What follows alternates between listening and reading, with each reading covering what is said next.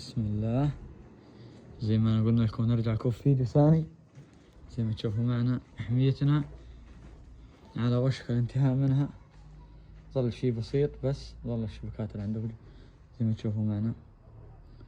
خلصنا من الشغل الخارجي كامل، نبلش في الشغل الداخلي. يعني كم من يوم ان شاء الله باذن الله تعالى تكون جاهزة ويكون الطيور في قلبها باذن الله تعالى. زي ما تشوفوا معنا من شكلها من الخارج كيف شكلها، يعني ما عليكم من العدة ما عليكم من الدنيا. فان شاء الله خلال يومين تكون جاهزة باذن الله تعالى.